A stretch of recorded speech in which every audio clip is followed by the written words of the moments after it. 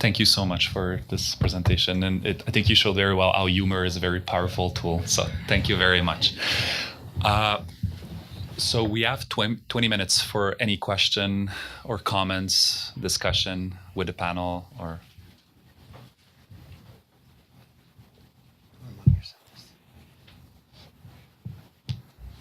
Oh, we have one. Icebreaker. So Yes. I don't think I have a question that I could ask which fully captures how inspirational actually that whole session was. Maybe if I could just reflect myself, I listened to that first session, the session number 1 this morning, and I thought to myself, wow, there's so much that I, as a medical practitioner, don't understand about hepatitis C, and that we as a field still need to understand, which we can hopefully translate to some other diseases. And now I just listened to this, and I thought to myself, there's so much we don't understand, so much we can do better about how we actually behave in our everyday lives and the kinds of services that we're providing. So I want to thank all the speakers and for sharing their experiences, Jeff, Jen, and the group from Katie.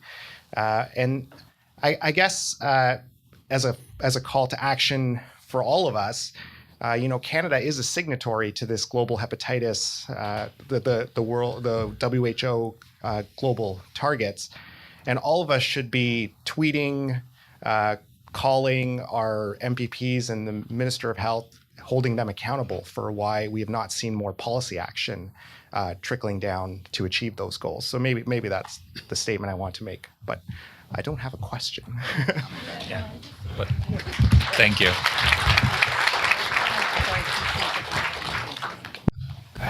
Just in regards to that around policy, I think is it on? I'm not sure. You can hear me, right? Yeah. In the provincial level, it's very difficult to get provincial stats around people that, the demographics within the provincial. In order for me to find out the deaths that happen in provincial jails, I have to call the coroner. I don't call the jail. They don't give that information, and then if a family's involved, they have to wait for an investigation to go through until they can get sometimes contacted about a loved one inside that's passed. So I think that it's just really important that in regards to policies that at some point I can't ask the Ministry of Community and Corrections, I can't say, I want all your stats. It doesn't overly work like that. I need support to do things like that. And at some point, corrections needs to be held accountable to release that information, to gather that information, so that we actually have a good understanding of the demographics inside and also how to create policies and to incorporate that into a national Hep C strategy. Don't just put a blurb about prisons. Talk about how the process works inside, talk about the data, and actually bring that forward to actually include that in the strategy.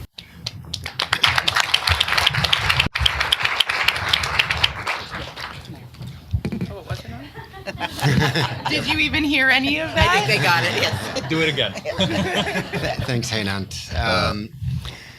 Maybe I didn't do enough justice talking about health systems now that we've had presentations from the prison side, because in every country, when we talk about how things are going in the health system, we are often excluding the health system, both in terms, if you take that outline of the WHO framework, you can just apply it again into the prison system. And when you think about the financing, and certainly for financing of treatment, it's much lower.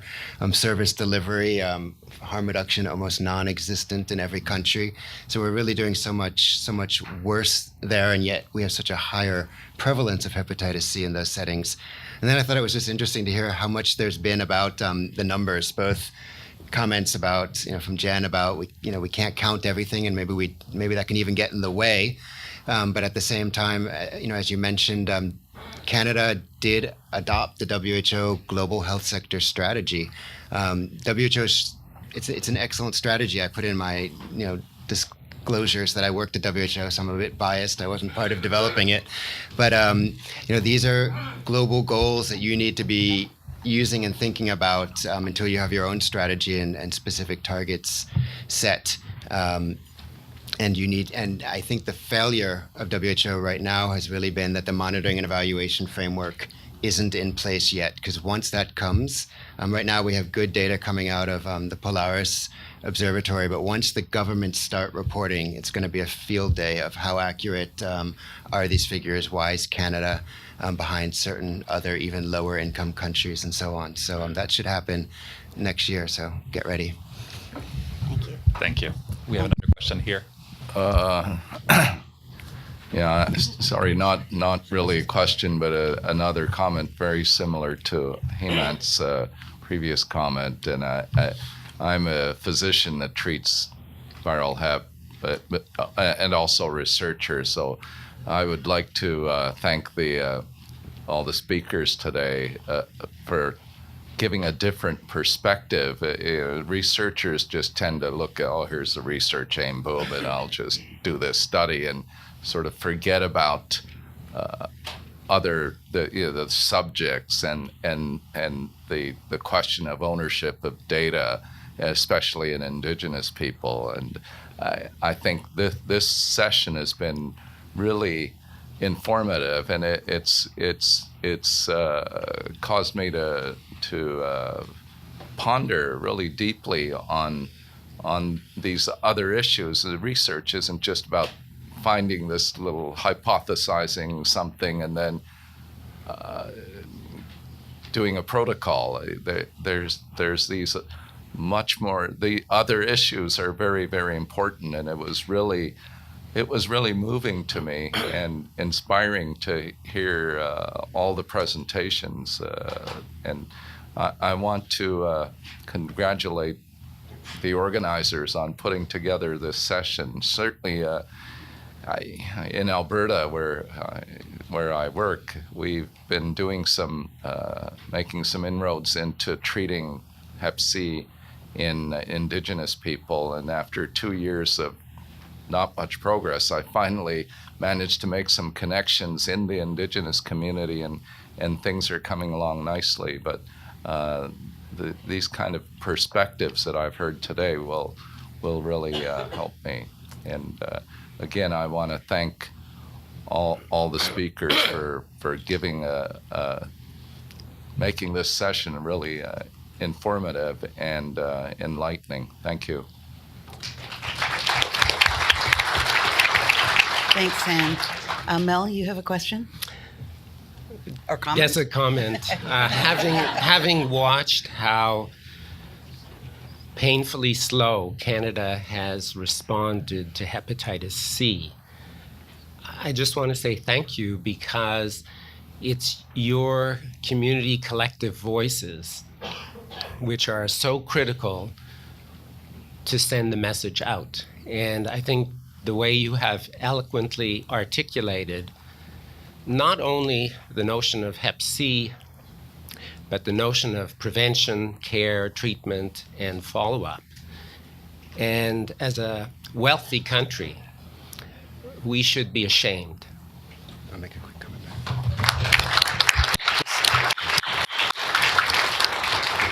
Sorry, just a quick comment back. It was interesting when I was working at the WHO regional office for Europe, which obviously doesn't include Canada. The first country from our 53 member states, or the first country that came to us, wasn't from our 53 member states, and it was Canada approaching us about hepatitis C, saying they were actually interested in viral hepatitis in the Inuit community, and part of that territory crossed into the WHO region, in northern Finland, Norway, and Sweden. And so when I was working in hepatitis C in the beginning of my career, it was Canada who was really leading the way, and I'm sure you'll be back soon. Jason? So I just would like to echo what an amazing panel and group of speakers. You guys, it was really heartfelt. Jeff, my question's for you. With respect to hepatitis C and health services in general, generally health is a provincial mandate in Canada, and often that's used as sort of a reason for why it's been complicated in terms of coming up with a national plan or a strategy focused on viral hepatitis. And I was just curious, you've been presenting and meeting with governments around the world, And I was wondering if you could just perhaps provide a bit of insight into how crucial having a specific plan focused on viral hepatitis has been in other countries that display similar situations in terms of the fact that healthcare is provided, not at a federal level, but within states or provinces in that country. Thanks, Jason. That's a really good question. It gets at the heart of a health system. You have your national, your federal system, and then you have your provincial system. Let me just give an example from Spain, which might be a bit of a similar setup. We have 17 autonomous communities, each with their own health system there.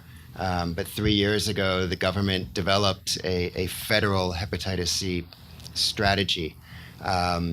It was unfunded, but it was quite comprehensive, quite well developed and thought out about what needs to be done to achieve elimination. The next step was then taking it to each of the regions and getting action plans developed at the regional levels. And some regions have moved faster than others. So Catalonia, the region of Madrid, interestingly, the small region of La Rioja, have moved very quickly to address hepatitis C. Other regions are lagging behind. But by having that national strategy, it's been a huge catalyst for all of the other stakeholders to say, look, we've set out on elimination in our country. What are we doing in our region, or in this case, in our province? So I think that's probably the best example. Thanks, Jeff. I was wondering if I could actually shift that question a little bit to Jennifer, and wondering about the impact of Indigenous perspective on a national strategy, but also given the jurisdictional differences between federal, provincial, as well as self-determination and so on within the Indigenous community, how she would see that playing out. Alex, I think you just said it already. You can tell what she wants me to say. Just kidding. No, exactly. So that's exactly what I was thinking about, is that there actually is there's a shared responsibility. There's federal jurisdiction in many aspects of First Nations and Inuit health. And in terms of, ensuring treatment, screening, all of those things have to involve both federal and provincial voices. And so and really like that diversity of experiences of Indigenous peoples. I think that I was trying to imagine how that might look, because it is quite distinct in terms of informing a strategy, because in some ways the health system for Indigenous populations looks different than the health system for mainstream population, just as the incarcerated population looks different, just as immigrant. So some of these things will have to have, in terms of strategy development, would have to have separate streams coming in, particularly as coming back to First Nations, Inuit, and Métis as well, this idea of self-determination is not just an idea, it's happening. And in different jurisdictions across Canada, there's different levels of integration of both of this federal and provincial systems, but being actually now a First Nations system, or, there's health authorities. So there's a whole mix of delivery of services, as well as perspectives on elimination. I think it would have to be considered. Thank you. I guess you were next. Thank you very much. My name is Steve Martin. I'm a pediatric hepatologist.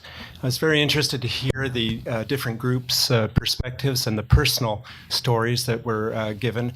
And it struck me that as I attend these meetings year by year, or decade by decade, that there's one voice, one group whose voice is very rarely presented, and that's of our children and our teenagers. And I would like to ask the panel, who speaks for teenagers?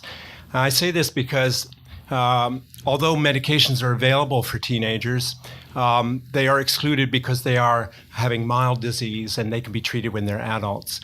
And I hear pleas from youngsters who are looking forward to going through high school, going through relationships, looking forward to having their own children with this secret, really, that they're afraid of having come out during all those years. And I don't hear in our discussions and our strategies where the voice is of those people. And I'd like to hear the panel's opinion on that. I mean, the only thing that I can say that PSAN does is we will support families. So I get a lot of phone calls from moms, lots of them about their loved one inside and not being able to access treatment, not getting meds, not getting this, they can't reach them. So I mean, we don't work with youth. However, it's something that we're opening. Well, we would like to work with youth again because I think it's important. But I know that PSAN, we're always open and we're always welcome to that. If somebody walked in or somebody called us, it wouldn't matter age, sex, color, it does not matter. We will do whatever we can to support individuals. And I think that family piece across the board is really important in any sort of recovery and any sort of wellness, right? And holistic approach that you have to, or coordinated care, you have to involve everybody that is affected. I just want to thank you for bringing up that. I think it's a really important voice that is invisible, and perhaps we need to be figuring out how we can make it more visible. Thank you. And just briefly, so in that microelimination table I showed, children was actually on the top line there. Although I put just a fictitious number there, in our Wipeout HEP program, we've gone to 6 countries and asked them how many children they think have hepatitis C, and all high-income countries, none of them could answer. In one country, Belgium, I guess it's no secret, came up with 18. We got that from the European Center for Disease Control. They get their information from the country. So we went back to Belgium and said, well, where did you get 18 from? They said, well, we don't actually know. And I was asking, well, where are these 18 children? And are there any good reasons not to provide them treatment? And that's where we're sitting now in that case. So thanks for raising that. Stine? I have a question for Jennifer. I really enjoyed your talk today and also in the workshop on Wednesday. And something that struck me was this idea of data being sacred. I was wondering if you could elaborate on that and how it relates to Indigenous ways of creating and sharing knowledge. Yeah, okay. So we're all sitting here for another 3 hours then? But briefly I'll say that I think, so one of the concepts that we've been working with is data as medicine, data as a healing medicine, really in helping to transform this pattern of intergenerational trauma to one of intergenerational healing, like just really as a powerful force for change. But when we think about, so that's part of what that idea of data is sacred, because it's got life, right? It does have life, and it's part of. So one of the things is I'm working with an Inuit organization, and we're trying to base things around their indigenous knowledge, their Inuit knowledge principles. And our whole relationship around those, and we have a relationship agreement that says, so one of their principles is this shared collective responsibility for our environment. And they actually see data as part of that environment, that data, we have a collective responsibility for the data because it's part of our environment. And if you think about the way that data were collected, so my family being Haudenosaunee, year after year, knowing where to plant, knowing what to do, other cultures where it was knowing where to hunt, knowing where the animals were, like data, this kind of data is like, we're quantitative data people, really. It's just that it's seen differently in that perspective. There's much more we can talk about, but those are the sort of frames I would put out there.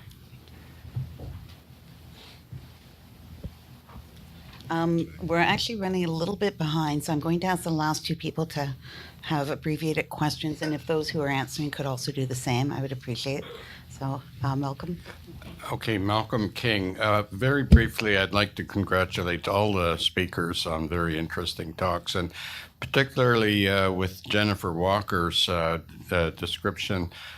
Chapter 9 of the Tri-Council policy statement is very important for Indigenous research, but the latest version invites all communities to apply those principles in research. And I think that's something that maybe we don't realize so much.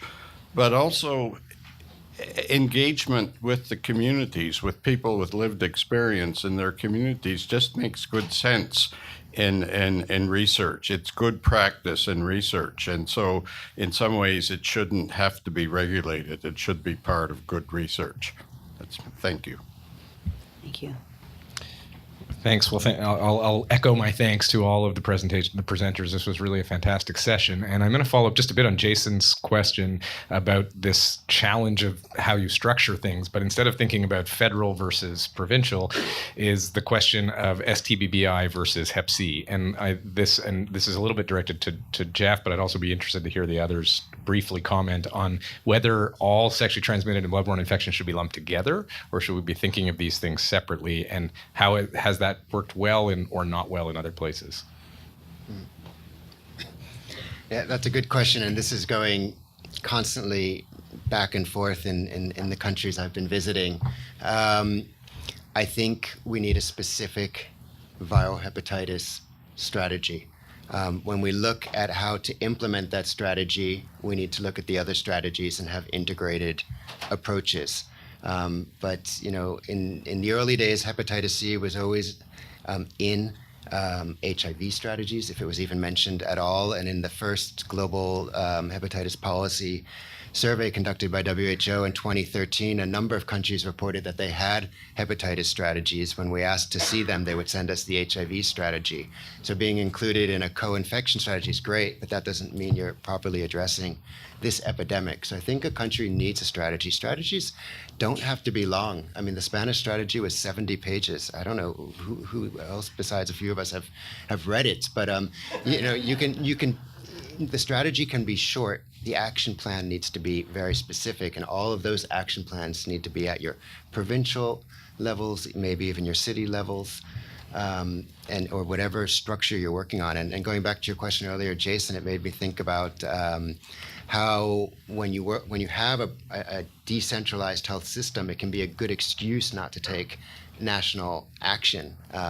In Finland, the payment structure is at the municipal level. And I was there, and I still can't remember how many thousands of municipalities there are. But they still don't have a strategy because you need a lot of people to agree. On the other hand, to my surprise, last week Finland announced that they've reduced all liver fibrosis restrictions for treatment, and now GPs can prescribe. So that kind of came out of nowhere. But to go back to what you asked, Jordan, I think you need a hepatitis C strategy, and I look forward to the discussion later today about it.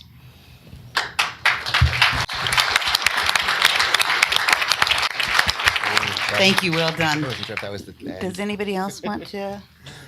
Really briefly, so with the workshops that I run inside of corrections, I actually separate everything just because I have to speak to it at a very, very basic level.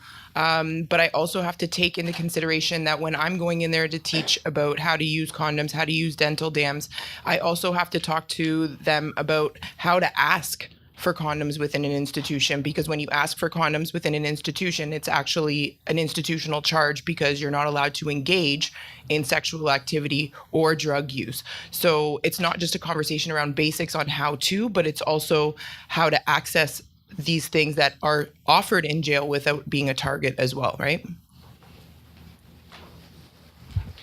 Yeah, this has reminded me of my experience with whether one should engage in sex after contracting hepatitis C or not, how much one should drink. People have different, there isn't any there was no clarity in what people tell you about it. And so it makes some people think that somehow maybe your drinking habits are responsible for So this cause and effect relationship is in the minds of ordinary people.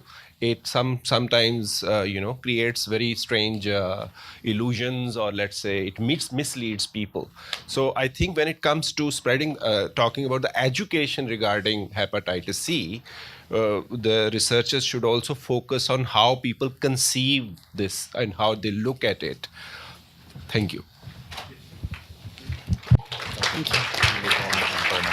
Sorry if I take extra time now, but there's something I had on my mind too, that I think the bigger problem you're having is that liver disease overall has such a bad reputation in all aspects. And HCV looks good now because we can cure it potentially, but overall it's still, I remember when I was practicing still in Germany, it was very different if we had an end-stage liver disease patient or someone with a much worse prognosis with cancer.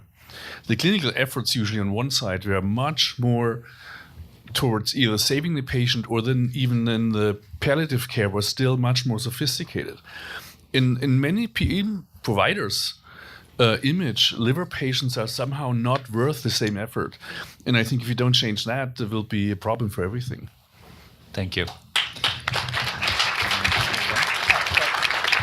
So if we could all please thank this wonderful panel.